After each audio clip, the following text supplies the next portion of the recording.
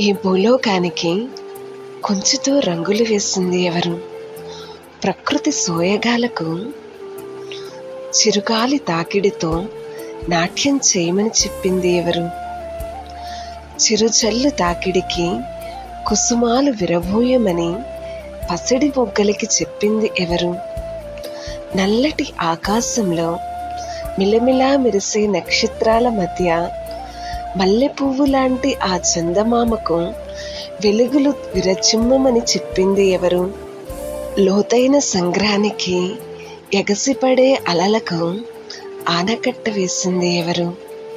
ఆకారం లేని ఆ గాలికి ప్రతి ప్రాణి శ్వాసగా తీసుకొని జీవించమని చెప్పింది ఎవరు? సృష్టికర్త అయిన దేవుడు.